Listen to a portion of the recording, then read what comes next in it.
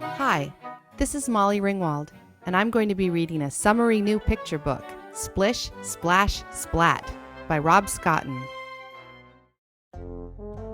Splat purred happily in his sleep as candy fish of all shapes and sizes swam through his dreams.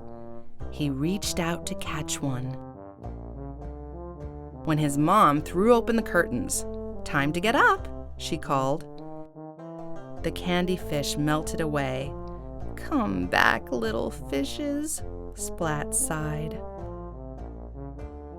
"Oh, I almost forgot," said Splat's mom. "Spike's coming over for a play date after cat school."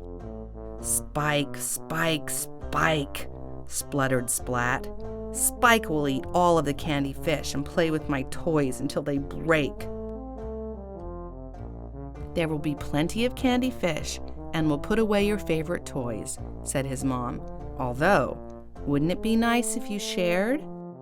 "Sure, with anyone but Spike," said Splat. "He's a show-off. He calls me names, and he doesn't like me." "I'm sure he really likes you," said Splat's mom. "Now get in the bath or you'll be late." "But water is horrible," said Splat. "It's scary and wet and makes me soggy." "And don't forget to wash behind your ears," said his mom. A few seconds later, "Finished!" cried Splat. "I think you missed a bit," said his mom. "Aw," said Splat, and with a splish, he lowered himself into the water. "Water is horrible. It's scary and wet and makes me soggy." "Oh, I almost forgot. You begin swimming lessons at school today," said his mom. "Gulp!" "This is not going to be a good day," Splat said at breakfast. Seymour shook his head. "Not a good day at all," Splat said on his way to school. Seymour shook his head. "Can this day get any worse?" Splat asked. Seymour looked through Splat's legs and nodded. "Hi, Splatty. Last one to school is a loser," said Spike with a grin. Spike sped through a puddle with a splash and was gone.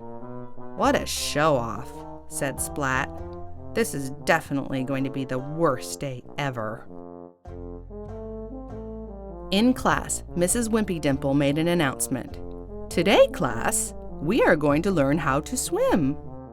The class fell silent. Almost.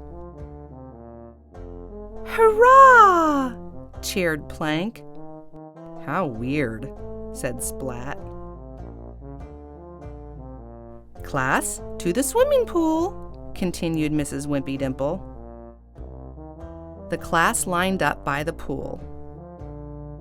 "Splat forgot to put on his swim trunks," teased Spike. Everybody laughed. "No, I haven't.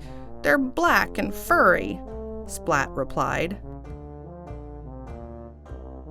"It's time to get into the water," said Mrs. Wimpy Dimple. "Yippee!" cried Plank, and he jumped into the pool. "That's really weird," said Splat. "Me next!" cried Spike. Spike rushed up to the pool edge, but then he stopped and stepped back. I forgot something," he said. Some of the class slowly stepped into the pool.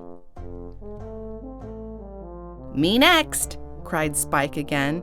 He rushed to the pool edge, but once again, he didn't get in. "I forgot something else," he said.